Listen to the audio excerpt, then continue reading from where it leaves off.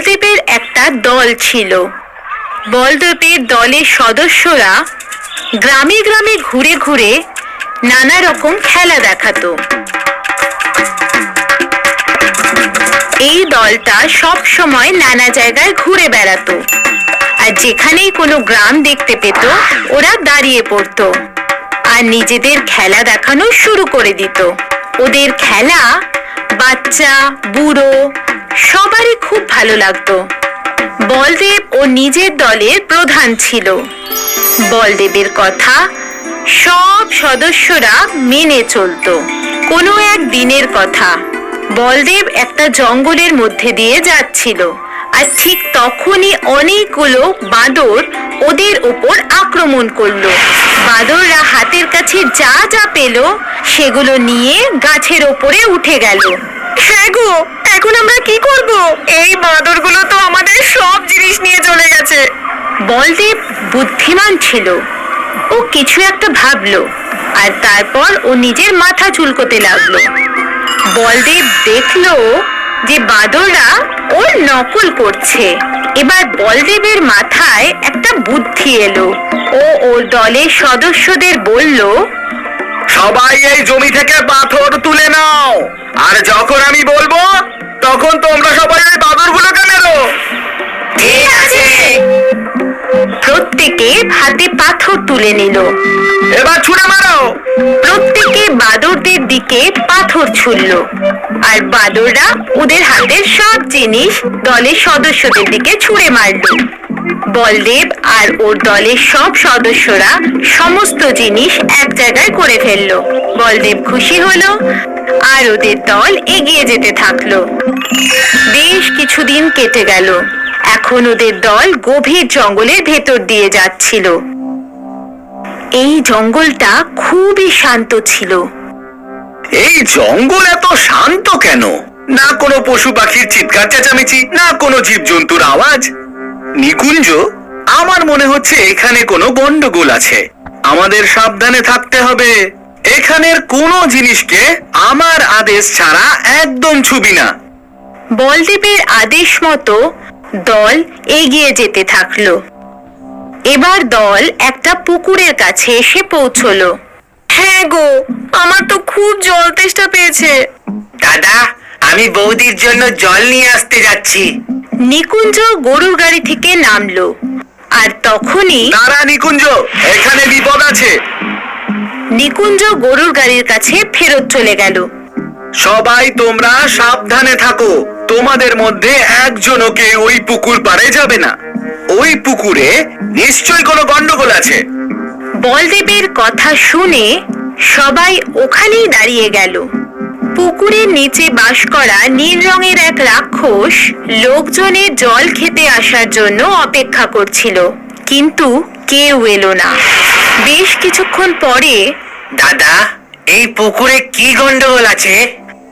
ওই দেখ, দেখতে পাচ্ছিস জীব জন্তুদের পায়ের ছাপ শুধু পুকুর পাড়ের দিকেই যাচ্ছে, ফিরে আসার কোনো চিহ্ন নেই। হ্যাঁ, এটা তো দাদা আমি একদমই খেয়াল করিনি। নীল রাক্ষস অনেকক্ষণ ধরে অপেক্ষা করে আরো রেগে গিয়েছিল। ও পুকুর থেকে বেরিয়ে এলো। তোমাদের কি কারোর একদমই তেষ্টা পাচ্ছে না, নাকি তোমরা জল খেতে চাইছো না? এই জঙ্গলে শুধু একটা মাত্রই পুকুর আছে, আর এই জলের বদলে তোমরা সবাই মরে যাবে। আর যখনই তোমরা এই পুকুরে জল খেতে আসবে, আমি তোমাদের সবাইকে খেয়ে ফেলবো। একদমই না দানব, তুই আমাদের কোনো ক্ষতি করতে পারবি না, আর আমরা জল নিশ্চয়ই খাবো। আমিও তাহলে দেখছি যে তোমরা কেমন করে নিজেদের প্রাণ বাঁচাতে পারো। এই কথা বলে নীল রাক্ষস জলের নিচে চলে গেল। নীল রাক্ষস পুকুরের নিচে লোকজন আসার জন্য অপেক্ষা করছিল। আর এখানে উপরে, দাদা, এবার আমরা কি করব?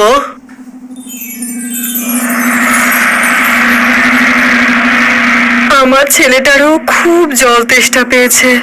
কি গো, জল না খেতে পেলে এবার তো আমরা মরেই যাব। এমন কিচ্ছু হবে না, আমরা সবাই জল নিশ্চয়ই খাবো।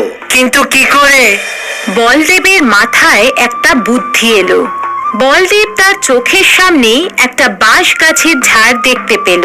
ও বাঁশ গাছটাকে খুব মন দিয়ে দেখলো, আর ওর মধ্যে সবচেয়ে সরু বাঁশ গাছটাকে নিজের কাটারি দিয়ে কেটে ফেললো। ওই বাঁশ গাছটাকে বলদেব পুকুরের ভেতর ডুবিয়ে দিল, আর ওটার সাহায্যে বলদেব জল খেতে শুরু করলো। এটা দেখে দলের সব সদস্যরা খুশি হয়ে গেল। ওরাও বলদেবকে নকল করলো, আর সবাই মিলে জল খেয়ে নিল। দাদা, আমাদের সবার তেষ্টা মিটে গেছে। আর ঠিক তখনই নীল রাক্ষস বাইরে এলো। আমি তো বলেছিলাম যে আমরা সবাই জল খাবো, আর তুমি আমাদের কিচ্ছু করতে পারবে না। আমি নিজের হার স্বীকার করলাম। তুমি ভীষণই বুদ্ধিমান। আজ পর্যন্ত এমনটা কখনো হয়নি যে কেউ এই পুকুরের সামনে এসে আর জীবিত ফিরে চলে গেছে। তুমি আমাকে হারিয়ে দিয়েছো। এটা আমার কাছে ভীষণই লজ্জার ব্যাপার। এবার আমি এই পুকুর থেকে বিদায় নেব। নীল রাক্ষস ওখান থেকে চলে গেল, আর দলের সব সদস্যরা খুশি হয়ে গেল। নীল দল